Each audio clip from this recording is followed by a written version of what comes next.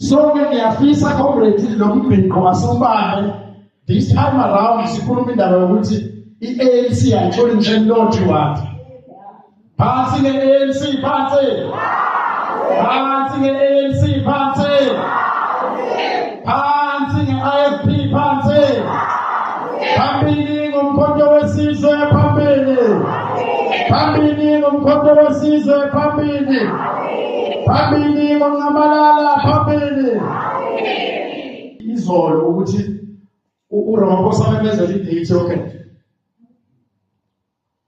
Mind you, comrade, now uRamaphosa ku-ANC uyalu-contest ikhetho. So why amemezele idate yokhetho e-contesta nayo ukhetho?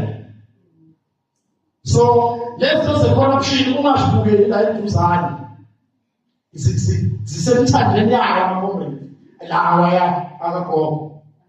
Because if utshela ukuthi lento comrade uma sithi u-IEC usimele u-IEC yomele amemezela idate because u-IEC orana ukhetho.